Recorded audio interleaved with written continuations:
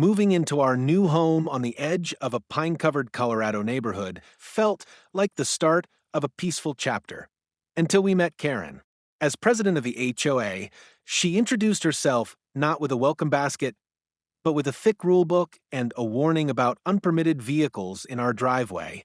My wife, Sarah, had parked her unmarked cruiser out front. Nothing flashy, just a government-issued SUV with tinted windows. Karen didn't like that. "We keep a certain image here," she sniffed. We politely explained that Sarah was in law enforcement and had clearance to park there. Karen rolled her eyes. The next day, Sarah got a formal violation notice for abandoned vehicle storage. Then came the real show. One afternoon, Sarah was mowing the lawn in cargo pants and a T badge and firearm off duty.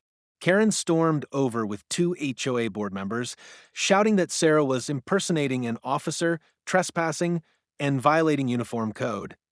Before Sarah could even respond, Karen pulled out her phone and announced she was performing a citizen's arrest.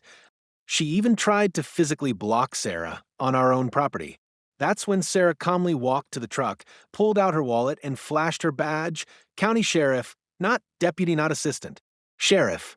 The look on Karen's face was priceless, like someone had just unplugged her entire sense of control. Sarah didn't yell. She didn't threaten. She simply told Karen to step off her property and warned that any future harassment would result in formal charges. Karen sputtered, accused us of intimidation, and swore she'd go higher. Unfortunately for her, there was no higher. Sarah was the highest law enforcement authority in the county. Within days, we filed a harassment complaint. A few brave neighbors stepped up to share their own Karen horror stories, and suddenly, the HOA board was under internal review.